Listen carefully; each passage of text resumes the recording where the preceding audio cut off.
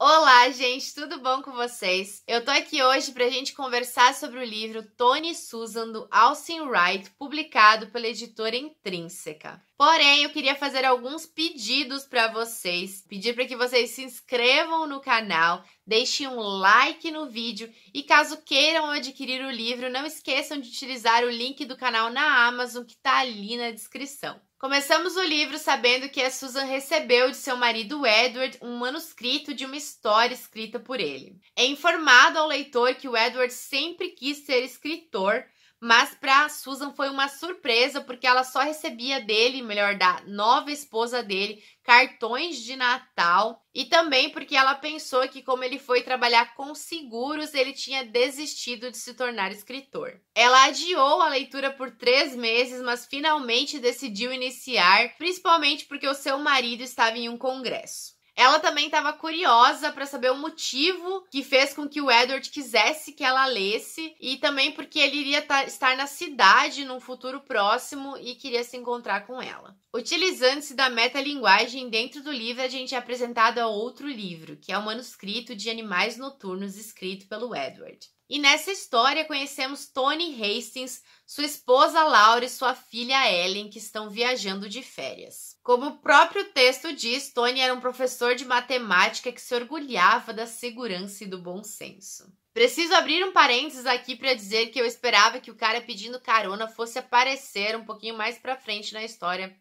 Mas nada não, foi só um cara pedindo carona. Apesar que eu só fiquei frustrada nesse livro por culpa minha mesmo. A ação de Animais Noturnos começa quando na estrada um outro carro decide provocar Tony Hastings e sua família. E a Ellen decide mostrar o dedo do meio para o outro carro, ou melhor, para os 3 sujeitos que estavam nele. Voltando rapidamente para Susan, é bem legal que ela demonstra bem os sentimentos e as reações de um leitor durante uma leitura. Ainda mais as angústias do tipo de história que tem em Animais Noturnos. Na trajetória de Tony, obviamente que os 3 sujeitos não deixaram tudo numa boa, ainda mais depois que o Tony bate na traseira do carro deles. E no fim das contas, Ray, Turk e Lou acabam por sequestrar a família. Mais especificamente, Ray e Turk levam a filha e a mulher do Tony e o Lou leva o Tony para o meio do nada e abandona ele sozinho. A questão maior levantada é a passividade do Tony em relação aos 3 sujeitos.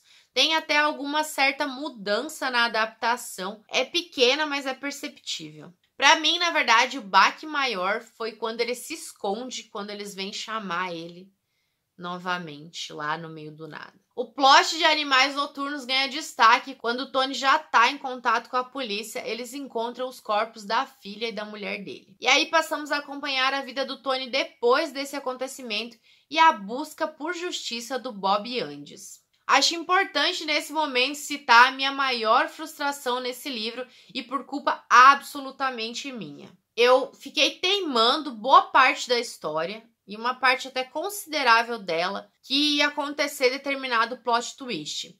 E esse plot twist seria que ele tinha matado as 2.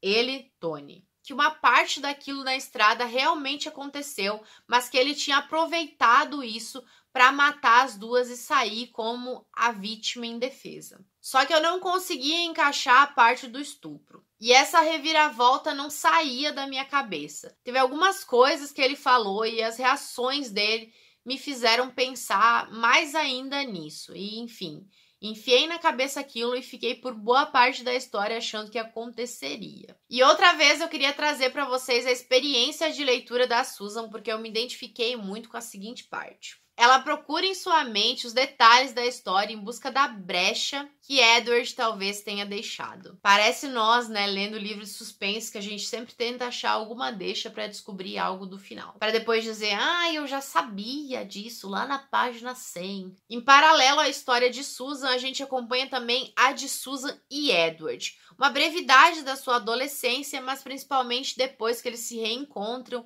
o casamento deles. O quanto o Edward queria ser escritor e a Susan não necessariamente dava um apoio verbal para ele. O quanto é claro que era problemática a personalidade do Edward para Susan. Personalidade essa que depois de um caso específico me pareceu muito com a do Tony. Mas além disso, temos também mais uma trama que é a da Susan com o seu atual marido. Quando eles se conheceram e agora em que ele está repetindo uma atitude que toda mulher acha que com ela não vai acontecer, mesmo já tendo acontecido com outra. É interessante que mesmo depois de tudo que aconteceu, o Tony fica pensando no que ele poderia ter feito, mas não fez. Os tais dos EC, né? Quantas vezes na vida a gente não ficou pensando, mas eu poderia ter feito isso, mas eu poderia ter feito aquilo, e no fim das contas a gente não fez, né? E obviamente não dá pra voltar atrás. Às vezes eu sentia que o Tony não queria pegar os caras ou não queria que eles fossem reconhecidos.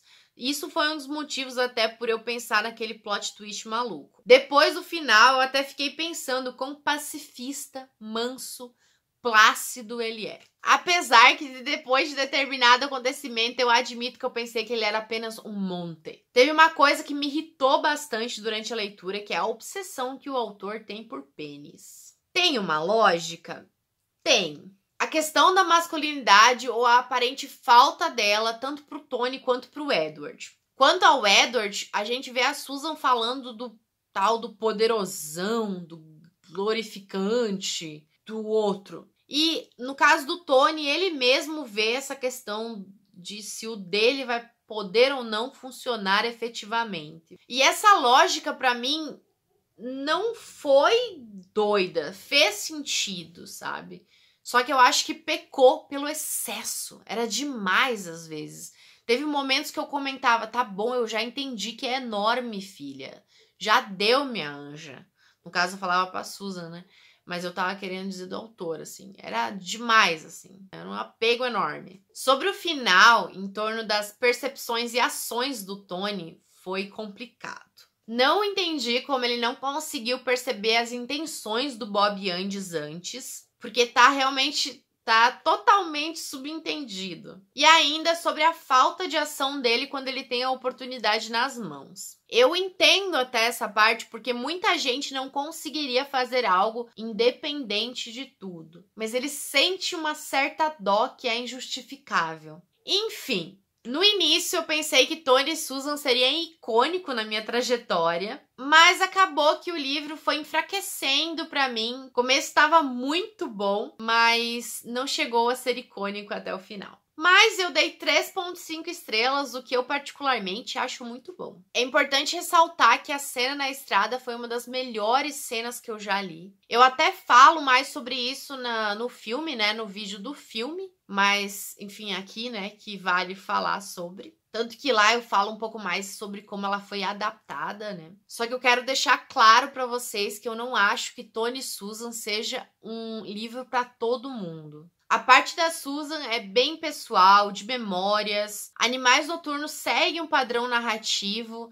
mas é preciso você gostar de metalinguagem também para curtir o livro. E também de saber sobre as impressões da Susan sobre a história. O próximo vídeo que vai sair aqui no canal é sobre a adaptação Animais Noturnos. Eu espero vocês para assistir ele. E antes que eu esqueça, eu quero saber o que vocês acharam de Tony e Susan, se curtiram o livro. Se tiveram a oportunidade de ler ou se querem ler. Muito obrigada por assistir ao vídeo. Eu vejo você no próximo.